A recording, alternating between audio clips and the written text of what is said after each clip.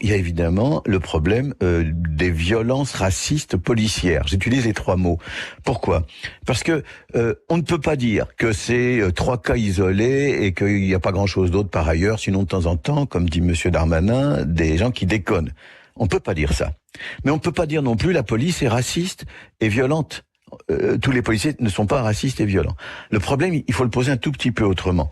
Il y a d'un côté une culture policière perméable au racisme, ça je l'ai observé, beaucoup de gens l'observent, perméable au racisme, mais pas un racisme qui devient passage à l'acte, sinon exceptionnellement. Et donc le vrai problème, c'est comment on passe d'une culture qui a été perméable au racisme et qui le demeure, comment on passe de ça à des actes exceptionnels, heureusement, aussi graves que celui dont nous parlons. C'est ça pour moi le problème.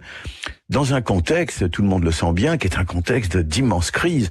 On ne parle même plus du virus quand on parle des manifestations d'aujourd'hui, tellement on est dans la crise politique, dans la crise des libertés, dans des grands problèmes. Et si vous permettez, je dirais que le discours du chef de l'État est un très beau discours. Je crains qu'il se révèle mythique, c'est-à-dire qu'il résolve de manière imaginaire des problèmes qui ne se résolvent pas dans la réalité.